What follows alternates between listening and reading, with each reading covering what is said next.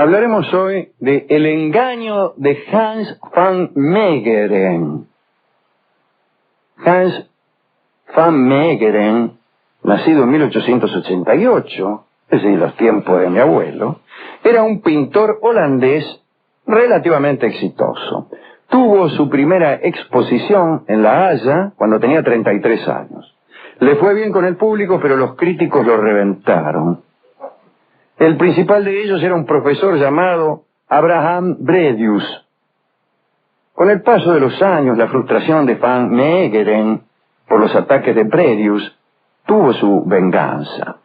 Van Meegeren comenzó a pintar copias de las obras del artista más admirado por Bredius, que era el maestro holandés del siglo XVII, Johannes Vermeer, el pintor neerlandés de Delft.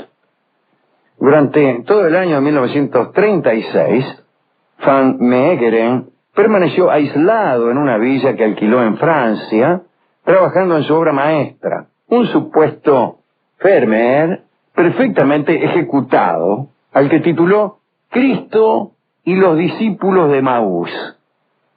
Lo que hacía van Meegeren era reproducir con exactitud el estilo de Vermeer, para luego mostrar esas pinturas como recién descubiertas, encontradas, por ejemplo, qué sé yo, en desvanes de iglesias o en palacios de nobles inexpertos, que es donde suelen encontrarse las obras de los pintores del pasado, probablemente porque iban allí a perderlas.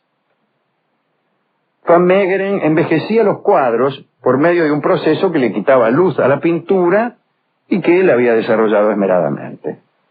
En 1937 colocó esta falsificación, mejor dicho, ni siquiera era una falsificación, porque no estaba copiando una obra preexistente, sino que pintaba una obra nueva, la titulaba y la presentaba como perteneciendo a Vermeer. Bien, en 1937 colocó la obra Cristo y los discípulos de Maús en el mercado a través de un abogado parisino. Se afirmó que la tela había pertenecido a una familia holandesa que vivía en Francia. La familia, según la historia falsa, había venido a menos y tenía que vender aquella supuesta reliquia que mantenía oculta. Como era de suponer, el abogado amigo de van Meegeren se acercó en primera instancia al crítico, esquivo, el doctor Bredius, y desde luego Bredius, como la principal autoridad en materia de Vermeer, era el que podía responder por la autenticidad del cuadro. Y el amigo Bredius dictaminó maravillado que era auténtico, una joya escondida del genio de Vermeer. Pero además de su aprobación a la pintura, y para alegría de van Meegeren, Bredius reclamó para sí el descubrimiento de la obra y recomendó al Museo Boijman de Rotterdam que pagara una fortuna por la tela.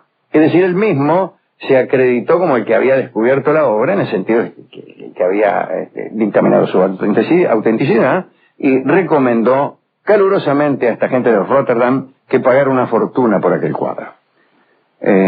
Cuentan que Bredius se presentaba muy frecuentemente a estudiar aquella pintura, y van Meegeren iba a verlo, iba a ver aquel crítico, aquel profesor en su jactancia, para burlarse de él in pectore. Semejante engaño animó a van Meegeren a hacer otros cuadros, y algunos años más tarde sucedió lo siguiente. Después de la caída de la Alemania nazi en 1945, fue descubierta una invaluable colección de pintura en la mansión de Hermann Göring, jerarca nazi, ¿no? Muy bien.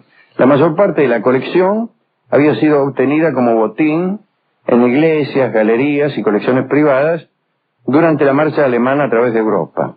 Pero algunas de esas obras habían sido pagadas.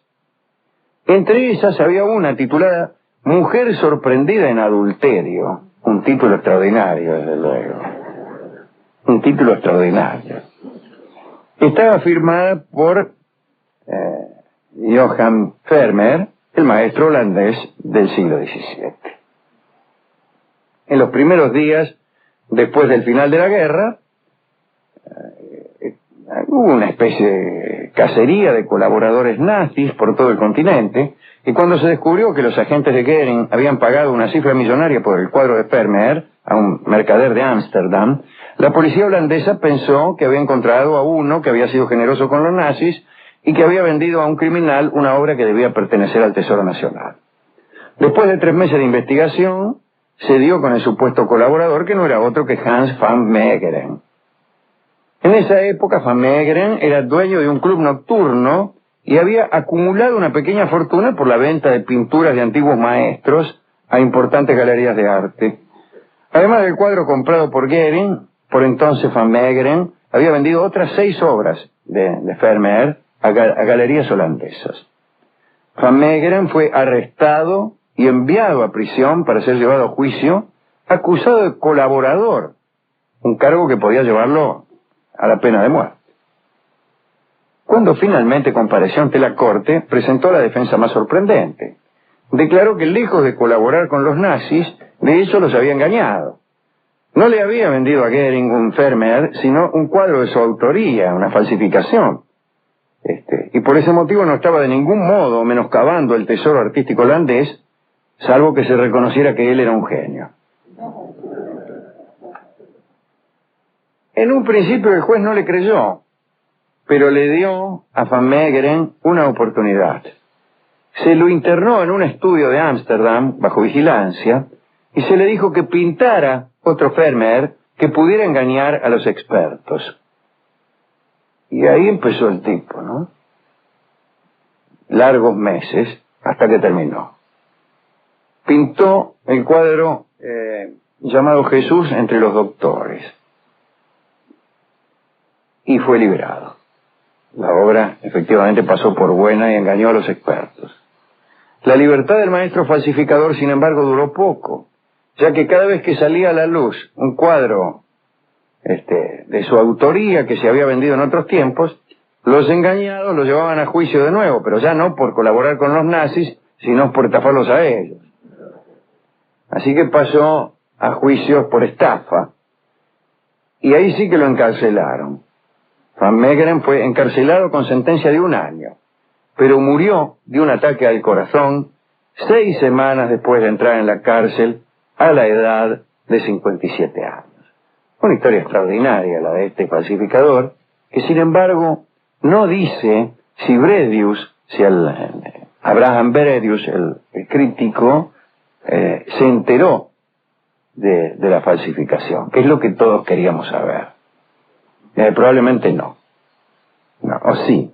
Si no se enteró porque murió antes. Claro. Porque si fue una cosa tan pública y interesado como estaba él en las obras de Vermeer, desde luego se debió haber enterado. Bueno, vamos a llamar ahora mismo nuestro equipo de producción va a llamar a la Embajada de Holanda para averiguar si efectivamente Abraham Bredius se enteró de su grosera equivocación. En este momento están llamando. Sí, está, toca ayer. ¿Cómo? Que no saben. ¿Cómo? Que en la Embajada de Holanda no saben ni siquiera de lo que estamos hablando. Pero si no saben ahí... Pero si no saben ahí, ¿dónde lo van a saber? Además, ¿qué embajada que tienen, eh? ¿Vio? Sí. Vamos, señor. ¿Para qué tienen la embajada si ni siquiera son capaces de decirme si Abraham Bredius se enteró del error que había cometido respecto de Vermeer y de todo eso? ¿Quién lo atendió en la embajada, perdón? Un señor. Sí, claro. Que ofrece información sobre Holanda con Cruyff, dice la formación completa. No estamos interesados en el fútbol holandés. Sí, Van Hanegem, sino en un pintor neerlandés. Sí. ¿Cómo? Willy van der Kerkhoff, dice. Sí. No. ¿Cómo?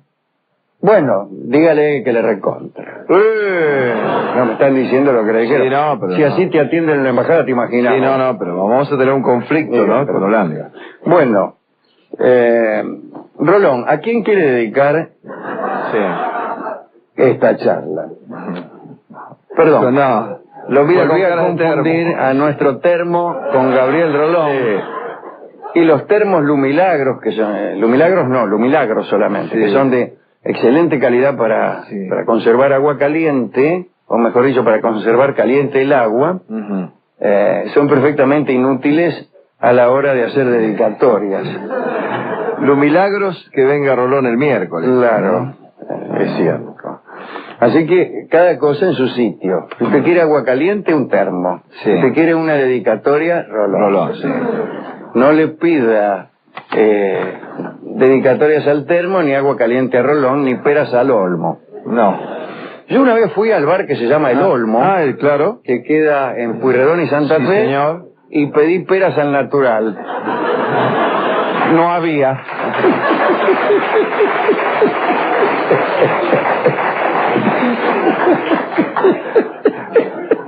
Pídalas en la embajada de Holanda. Sí, eso me dijeron.